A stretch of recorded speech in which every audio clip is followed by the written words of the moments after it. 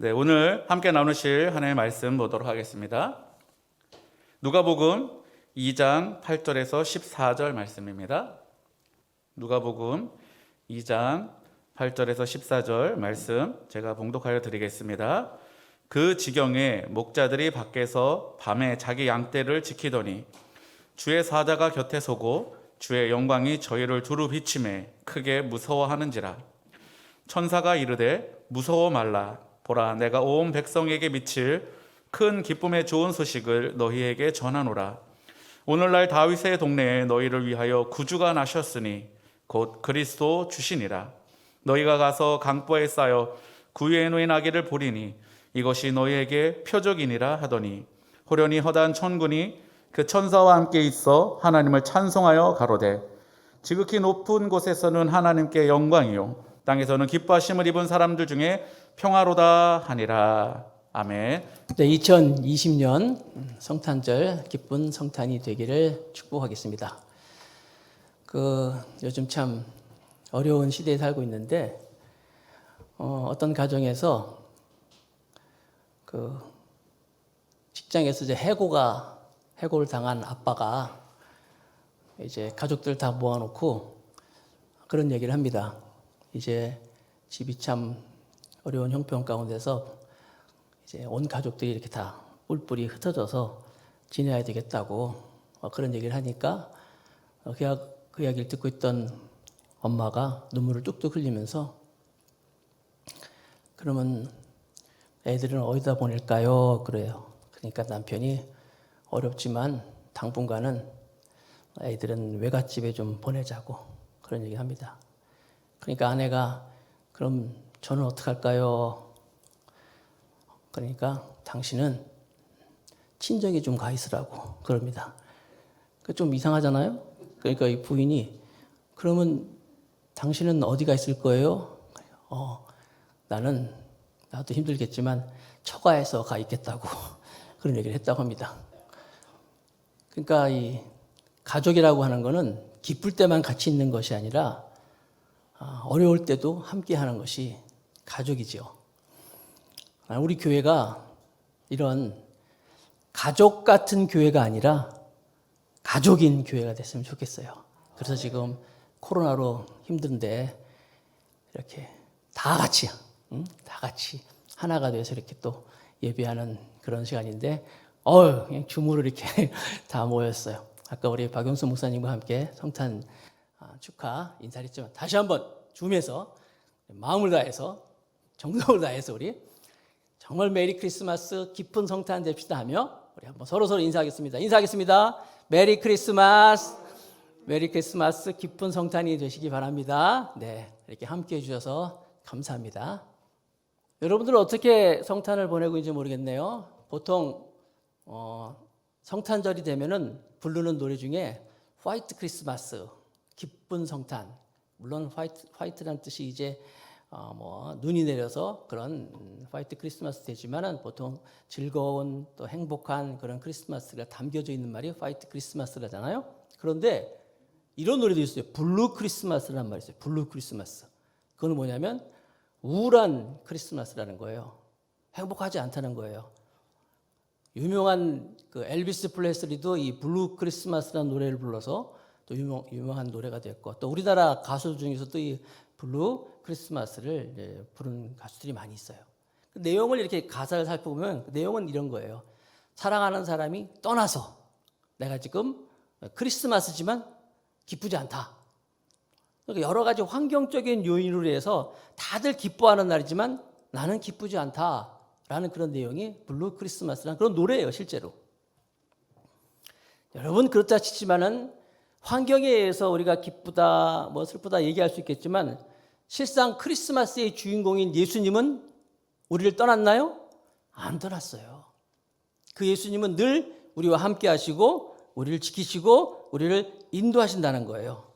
그래서 지금 우리가 힘들지만 이 또한 지나가리라 이런 마음을 가지고 코로나가 영원하지 않으니까 여러분들은 블루 크리스마스가 아니라 정말 기쁜 크리스마스, 화이트 크리스마스, 해피 크리스마스, 메리 크리스마스가 되길 축복합니다.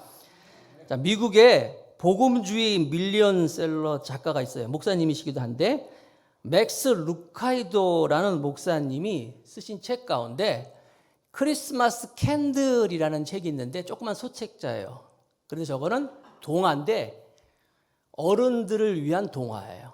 어른들을 위한 동화라는 그런 책인데 내용인데 뭐냐면 배경은 영국의 글래드스톤이라는 그런 마을을 배경을 하고 있는데 그 마을에는 200년 동안 전설 같은 이야기가 있는데 뭐냐면 크리스마스가 되면 크리스마스쯤 돼가지고 에드워드 부부 그 집안 에드워드가 양초를 만들어서 파는 그런 집안인데 크리스마스 즈음에 천사가 내려와서 그 양초 중에 하나를 만지고 간다는 거예요. 그러면 그 양초를 만지고 간 그 양초를 가져가서 그거를 이제 불을 켜고 거기다가 이제 소원을 빌면서 기도를 하면 소원이 이루어진다는 그런 전설이 내려오는 그런 지역이었어요. 그러니까 마치 성경에 보면은 그 베데스다 연못에 제일 먼저 들어간 사람이 병이 낫는 것처럼 그런 200년 동안이나 내려오는 그런 순박한 마을 사람들의 그 양초의 기적 이런 그런 지역인데 이 마을에 리치몬드라는 목사님이 새로 이제 부임해서 왔어요. 이 리치몬드 목사님은 명문 대학을 나왔어요. 그리고 신학도 공부한 그런 훌륭하신 목사님이신데 이 목사님은 오셔가지고 그 마을에 있는 이 양초의 기적을 안 믿는 거예요. 그런 건 없다. 그러면서 그건 허황된 미신이다. 그러면서 그 양초의 기적에서 나오는 그런 간증 이야기들, 축복 나눔 이런 것도 하지 못하게 하고 막는 거예요. 그러니까 사람들은 이 목사님이 뭐 똑똑한 분이시고 훌륭한 목사님이지만 왜 이런 것까지 못 믿게 할까 하면서 이제 허황된 미신이라고 막으니까 답답해했는데 그 에드워드 그 집안에서 이제 양초를 파는 그 사람이잖아요. 에드워드가 목사님을 찾아가서 이런 얘기를 했대요. 목사님, 우리가 하나님의 비밀을 전부 알 수는 없잖아요. 그러나 그분께서 역사하신다는 것까지도 다 비밀은 아닙니다. 만약에 하나님께서 우리가 이해하는 것만 행하신다면 어떻게 그분이 하나님이시겠어요? 이건 에드워드의 신앙이었어요. 하나님의 기적을 자기는 믿는다 이런 말이죠.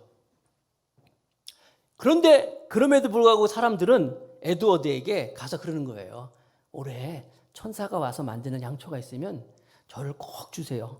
각자 자기만의 어떤 사정을 얘기하면서 자기를 달라고 이렇게 부탁을 하는 거예요.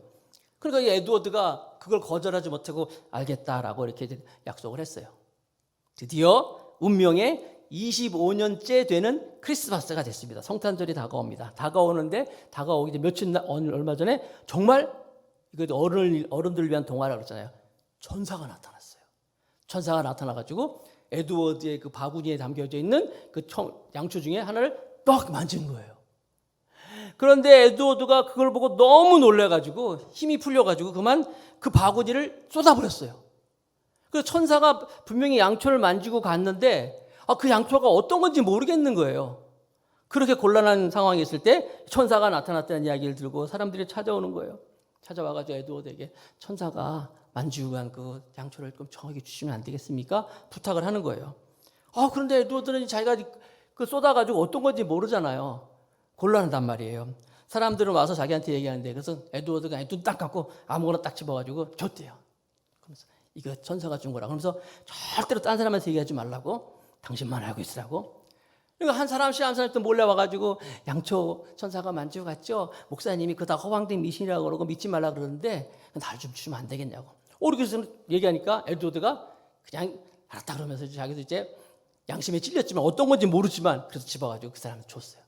이렇게 하나하나 양초를 주다 보니까 양초 바구니에 있던 양초를 얼마 안 남은 거예요. 근데 웬일입니까? 목사님도 찾아오더라는 거예요. 그 양초의 기적을 믿지 않는 목사님도 찾아와가지고 사실은 우리 딸이 불치의 병을 앓고 있는데 내가 그 양초가 필요하다고 나한테 달라고 그러는 거예요. 그러니까 에드워드가 뭐라 그러겠어요? 에드워드는 그랬다는 거예요. 중요한 거는 믿음이에요. 목사님 했던 것처럼 양초가 중요한 게 아니라 믿음이 중요한 거예요. 그러면서 그런 얘기를 하면서 이제 두 개 중에 하나 남은 걸 이제 목사님을 줬대요. 그리고 딱 하나 남았잖아요. 이제 그 하나 남은 양초를 에드워드가 붙잡고 이제 자기가 소원을 비는 거예요. 내가 사람들한테 거짓말하고 사실은 거짓말이 아니라 사실대로 얘기를 다 안 하고 양초를 하나씩 다 나눠줬는데 하나님 이 사태를 좀 잘 좀 마무리하게 해달라고 하나님 날 도와주세요 하면 그런 자기 소원을 빌면서 이제 그 양초를 불을 켰다는 거예요. 그런데 성탄절이 됐습니다. 성탄절 예배 딱 되는데 아니 목사님이 그 미신을 믿지도 않다는 미신이라면서 믿지 않던 이 목사님이 그날따라 성탄 예배에서 그러는 거예요. 여러분 에드워드의 집에서 가져온 양초 여러분들 하나씩 뭐 다 받은 걸로 알고 있는데 여러분 중에서 기적이 일어난 사람이 있으면은 그 주인공들은 한번 자리에서 일어나 보세요 그러는 거예요. 에드워드는 가슴이 철렁 내려앉았어요. 큰일 났구나. 누군가 한 명은 기적이 일어나겠지만 다른 사람들은 전부 이제 엉뚱한 양초를 가져갔으니까 이 사람들이 날 향해서 이 사기꾼아 하고 막 욕할 거 아니에요. 너무너무 무서워가지고 에드워드는 눈을 꼭 감고 있었대요. 조금 있으니까 사람들이 오 마이 갓! 오! 막 이런 놀라운 소리가 나는 거예요. 에드워드가 무슨 일이야 하고 눈을 떠봤더니 아 글쎄 그 양초를 받은 사람들이 전부 다 일어나는 거예요. 그것뿐만 아니라 목사님도 일어나더라는 거예요. 목사님도 일어났다 하면서 그 이야기가 끝나는 거예요. 자, 크리스마스 캔들이라는 이 어른들이 있는 이 동화가 주는 핵심은 뭘까요? 기적이라고 하는 것은 믿음과 연결되어 있다는 거예요. 양초가 중요한 것이 아니라 내가 그것을 믿고 정말 그것을 신뢰하면서 간절히 바라면서 촛불을 켜고 기도하면 소원이 이루어질 수 있다. 이것을 이제 이 책은 얘기하고 있는 거예요. 여러분, 성탄의 이 기쁨, 성탄의 기적, 이게 뭘까요? 이게 과연 나랑 무슨 상관이 있느냐? 여러분들이 2020년도 성탄절을 맞이해서 정말 하늘에는 영광이고 땅의 평화이니 놀라운 하나님의 기적은 나를 위한 기적이다 라고 믿는다면 이 성탄의 기쁨, 성탄의 행복이 바로 그 주인공이 우리가 될 줄로 믿습니다. 여러분 그런 거예요. 우리도 성탄절이 되었을 때 이 성탄의 기쁨이 다른 사람 이야기가 아니라 내 이야기다라고 믿을 때 진정으로 그 기쁨이 나의 기쁨이 될 수 있는 거예요. 여러분들은 예수님께서 이 땅에 오실 때 동정녀 마리아 정말 처녀의 몸에서 나왔다는 이 사실을 성육신하신 사건을 믿으십니까? 오늘 성경 우리에게 말씀하고 있습니다. 마태복음 1장 23절에 보라 처녀가 잉태하여 아들을 낳을 것이요 그의 이름을 임마누엘이라 하리라 하셨으니 이를 번역한즉 하나님이 우리와 함께 계시다 함이라.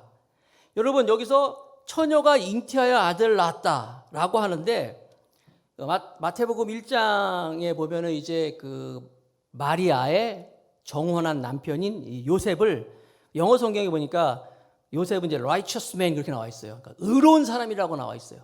그러니까 이 요셉은 굉장히 의로운 사람이에요. 그래서 나쁜 건 나쁜 것이고 좋은 건 그러니까 좋은 걸 분명히 구별할 줄 아는 사람인데 분명히 자기와 약혼을 한 이 마리아가 자기와 아무런 관계를 없었는데도 불구하고 임신했다는 사실을 알고 나서 그는 이것을 의로운 사람이기 때문에 분명히 해야 되는 거예요. 그런데 다행스럽게도 이제 요셉이라는 사람은 그 당시 처녀가 잉태를 하면 돌에 맞아야 되는 그런 상황인데도 이제 의로운 사람이지만 이 일을 조용히 처리하려고 마음 먹었다 이렇게 성경에 말하고 있어요. 마태복음 1장에 보니까 바로 그때예요. 바로 그때 천사가 요셉에게 나타나가지고 해주신 말씀이 이거예요. 보라, 처녀가 잉태하여 아들을 낳을 것이다. 여기 처녀라는 것은 여러분 정말로 영어 표현도 보면 like a virgin이라는 거 있어요.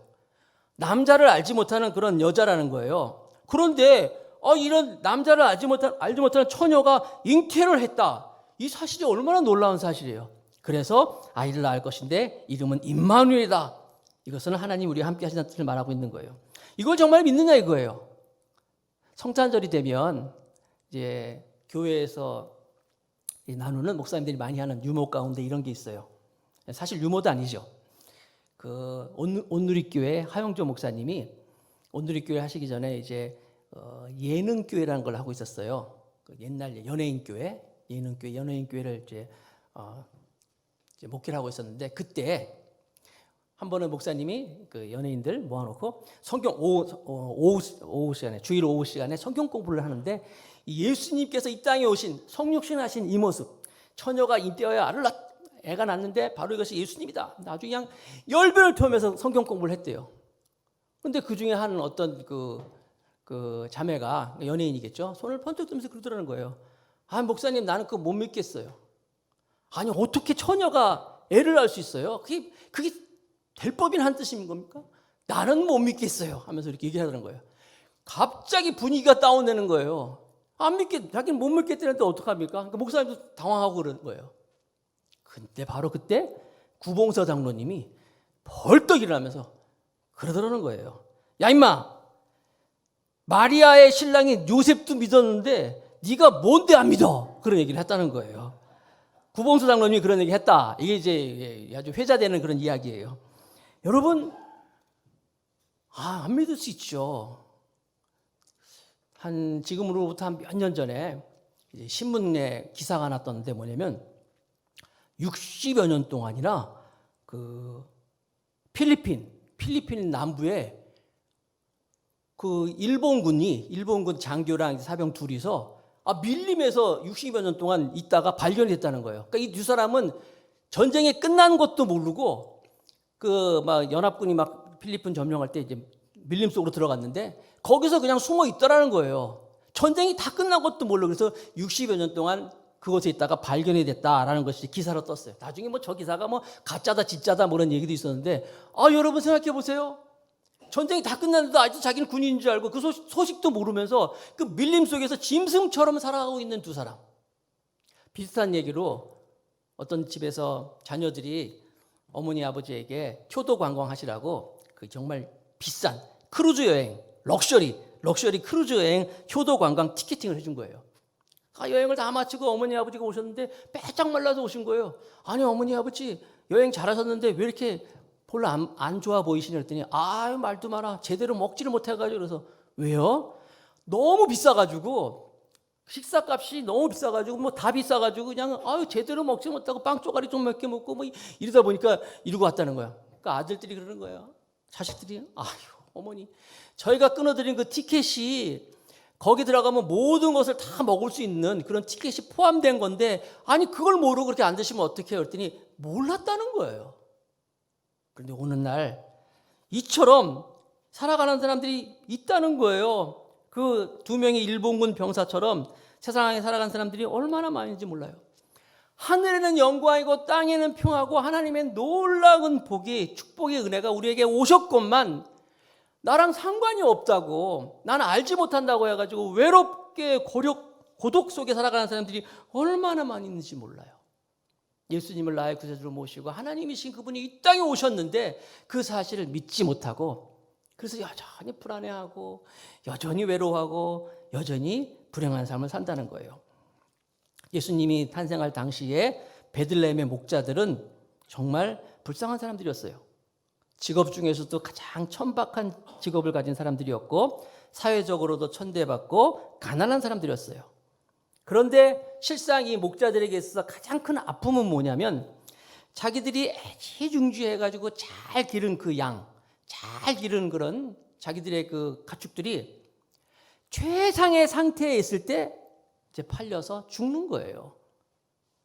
정말 자기들이 만약에 이 가축이 흠이 있으면은 제사를 못 드려요. 제물로 못 드리는 거예요. 가장 흠없는 제물을 가져오라 했기 때문에 자기들이 가장 잘 기르고 가장 이쁠 때 가장 건강할 때 글쎄 자기들의 기르던 가축들이 죽는 거예요. 이런 자기들만의 아픔을 가지고 있던 사람들이었어요. 그리고 중요한 사실은 그런 아픔을 가지고 살아있음에도 불구하고 이 목자들은 여전히 가난한 사람들이었고 여전히 천대받는 사람들이었고 어려운 상황 가운데 살아가는 사람들이었다는 거예요. 그런데 바로 그런 사람들에게, 그 목자들에게 천사가 나타나서 놀라운 소식을 전해줍니다. 오늘 누가복음 2장 10절 11절 말씀인데 본문의 말씀이에요. 천사가 이르되 무서워하지 말라. 한밤중에 천사가 나타나니까 얼마나 무섭겠어요. 무서워하지 말라. 보라, 내가 온 백성에게 미칠 큰 기쁨의 좋은 소식, 굿뉴스. 그렇죠? 그 헬라어로는 유앙겔리조마이, 복음이라 뜻잖아요. 좋은 소식, 그것도 그냥 좋은 소식이 아니라 큰 기쁨의 좋은 소식을 너에게 전하겠다. 이 불행한 사람들, 가난한 사람들, 천대받던 사람들에게 큰 기쁨의 소식, 복음입니다. 유앙겔리 조마이, 큰 기쁨의 소식을 전해주는 거예요. 그런데 그게 뭐냐면 오늘 다윗의 동네에 너희를 위하여 구주가 나셨다. 이 구주라는 단어가 헬라어 소테르. 이 소테르는 단어는요, 유일하게 다른 복음서에는 잘 없어요. 누가와 바울 서신에서만 나오는 거예요. 구주. 주. 그 의미는 뭐냐면 고통 가운데 신음하는 사람들의 문제를 해결하기 위해서 오신 구세주란 뜻이에요. 죄악에 찌들린 인류를 위하여, 세상을 위하여 구원하러 오신 구주란 뜻이에요. 큰 기쁨의 소식, 구주가 나셨다는 거예요. 그분이 누구냐? 곧 그리스도 주라고 말씀하고 있는 거예요. 놀라운 하나님의 놀라운 기쁨의 소식을, 그 어려움 가운데 있는 그 목자들에게 기쁨의 소식을 천사는 전하고 있어요. 성탄절이 되면 사람들이 이제 캐롤송을 하는데, 캐롤송 가운데 잘하는 것처럼 저들밖에 한밤중이라는 노래가 있습니다. 저들밖에 한밤중에 후렴 부분에 나오는 게 노엘 노엘이라는 말이 나와요. 여러분, 노엘이란 말이 무슨 뜻입니까? 혹시 노엘의 뜻을 아세요? 노엘이란 말의 뜻에 대한 학설이 세 가지가 있는데, 첫 번째는 라틴어에서 나탈리스라는 뜻에서 나왔다. 그 뜻은 탄생, 구주의 탄생을 나타내는 나탈리스라는 말에서 노엘이 나왔다라는 설이 있고, 두 번째 설은 뉴스라는 소식의 고어, 옛날 말 고어 중에 노벨라라는 말이 있는데, 이 뉴스라는 말의 옛말에 노벨라에서 이 노엘이란 말이 나왔다라는 설이 있습니다.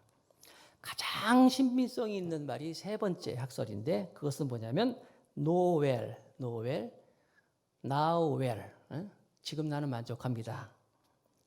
그러면서 나는 지금 행복합니다. 나는 다 좋습니다. Now all is well. Now all is well. 여기에서 이제 사람들이 이제 예수님이 오셔서 성탄이 돼서 나는 지금 다 만족합니다. 나는 지금 힘들지만 어렵지만 나는 지금 만족해요. 나는 행복해요. 라고 서로 Now all is well. Now is all well. 서로 이렇게 인사하다가 너무 길잖아요. Now all is well 너무 길잖아요. 이게 줄어들어서 이제 노엘. 그래서 이제 프랑스에서 이제 노엘이란 말이 큰 기쁨의 좋은 소식이라는, 아까 처음에 화이트 크리스마스가 행복한 성탄, 기쁨의 성탄인 것처럼 그런 말로 이제 이렇게 전해지고 있다라고 이렇게 나오고 있는 거예요. 여러분 생각해 보십시오. 나는 지금 어렵지만, 내 형편이 힘들지만 하늘에서부터 하나님이신 그분이 이 땅에 오셨어요. 하나님이 인간이 되셨어요.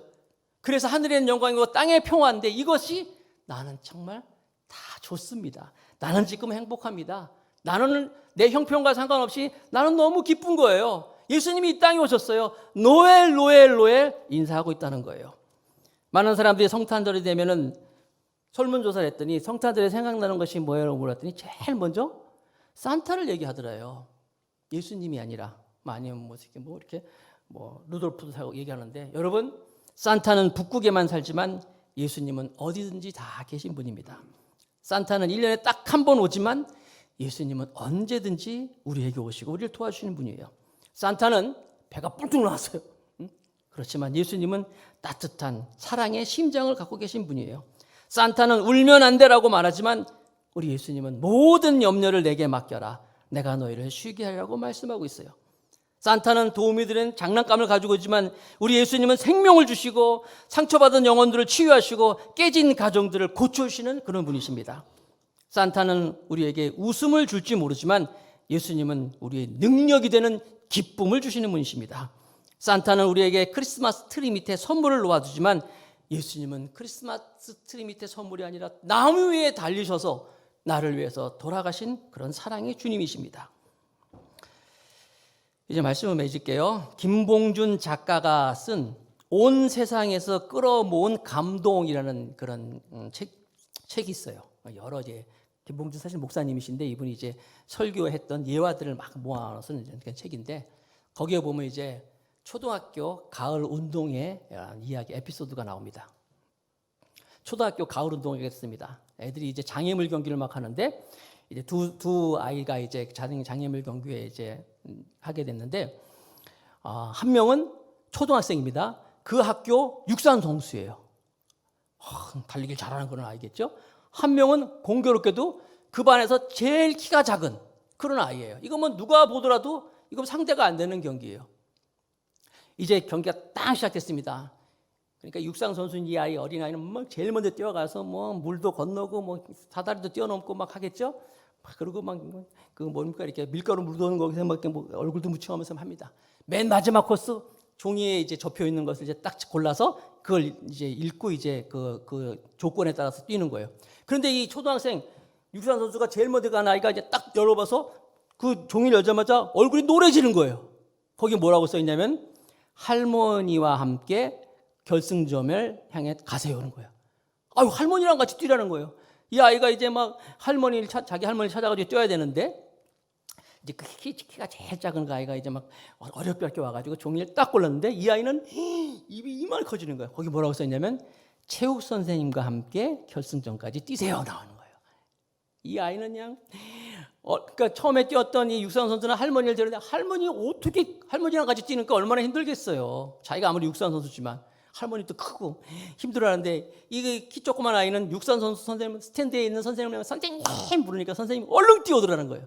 그러더만 그걸 보더니만 아이가 뛰는 게 아니야. 이 아이를 번쩍 안아가지고 그냥 얼른 뛰어가지고 그냥 결승점에 들어갔다는 그 이야기가 이제 거기 담겨져 있어요. 여러분, 우리가 인생을 살아가면서 내 힘으로 하는 것 같다가 아닙니다.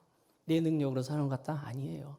여러분, 인간들이 지금 얼마나 그 문명, 문화 많이 발달됐잖아요. 막 얼마나 세상 모르고 가던 이 문명이 코로나19라는 뻥 이 문제가 터지니까 아무것도 못 하잖아요. 글쎄, 명동 성당에서 그 유명한 그 미사, 성탄절 미사도 못 했대요. 그냥 비대면으로 뭐 평화방송에서. 물론 우리도 그렇지만 베들레헴에서는 항상 성탄절이 되면은 전 세계 사람들이 다 주목하면서 많은 관광객들이 모여가지고 그 아기 예수 탄생 그걸 하잖아요. 그것도 못했대요. 이게 인간이라는 거, 우리가 하는 게 아니라는 거예요. 그렇지만 예수님께서는 우리에게 오시고 그 예수님을 의지하고 우리가 믿고 나간다면 예수님 우리를 번쩍 들어서 우리를 이 어려움 가운데서 지켜주시며 인도해 주실 줄로 믿습니다. 성탄의 기쁨, 이 기쁨이 정말 나의 기쁨이 되어야 돼요. 나를 위해서 오신 거예요. 그래서 예수님을 노래하고 찬양할 때 하늘에는 영광이요 땅의 평화요, 내 기쁨이 하나님의 기쁨이 되고 큰 영광의 삶을 살 줄로 믿습니다. 이 기쁨을 나 혼자 가지면 안 돼요. 나눠줘야 되는 거예요. 동영상 하나 보겠어요. 동영상 한번 보여주실래요? 설명을 좀 해드릴게요. 틀어주세요. 어차피 좀 제가 인트로가 필요하니까. 한 몇 년 전에 여기 우리 교회에서 가까운 명지병원이라는 곳에서 플래시몹이라는 걸 했어요. 플래시몹 알죠? 몰래 사람들 속에 몰래 이렇게 갑자기 이제 거기서 이렇게 어떤 노래를 부르고 하는 건데, 성탄절 앞두고 저분들이 이제 정말 교회에서 불러야 할 그런 노래를 사람들 속에 들어가가지고 사람들 그 사회 속에서 그냥 외치는 거예요. 그러면서 그 기쁨을 함께 나누는 그런 모습입니다. 한번 감상하시기 바랍니다.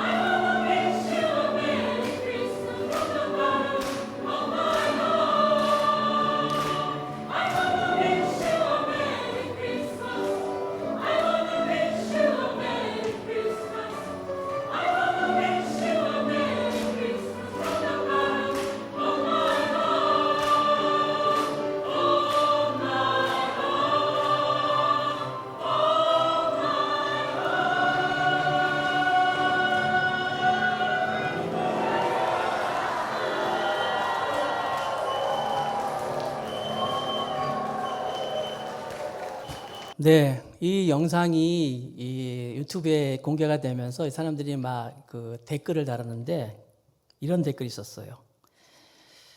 저는 몇십 년 동안, 수십 년 동안 교회에서 성탄절 노래만 부르면서 나 스스로가 경건한 척 했는데 영상을 보면서 뜨거운 감동을 느꼈습니다. 평화의 왕이신 아기 예수가 작은 베들레헴 시골에서 낳고 천한 마구간에서 태어났는데 나는 이 감동적인 것을 교회 안에서만 누리면서 지극히 낮아지는 마음으로 크게 감동하지 못했는데 참회의 눈물을 닦고 있음을 스스로 고백합니다. 이렇게 나와 있더라고요. 여러분, 이는 교회에서, 물론 교회에서 모여서 함께 찬양하고 교회에서 하나님 성탄하는 것도 중요하지만 가장 낮은 곳으로 오신 예수님을 생각하면서 이 성탄의 기쁨이 나의 기쁨이 되고 이것이 또한 다른 사람에게도 흘러갈 수 있는 축복의 통로가 되어서 2020년도의 성탄절이 의미 있는 그런 하루가 될 수 있기를 주님의 이름으로 축복합니다.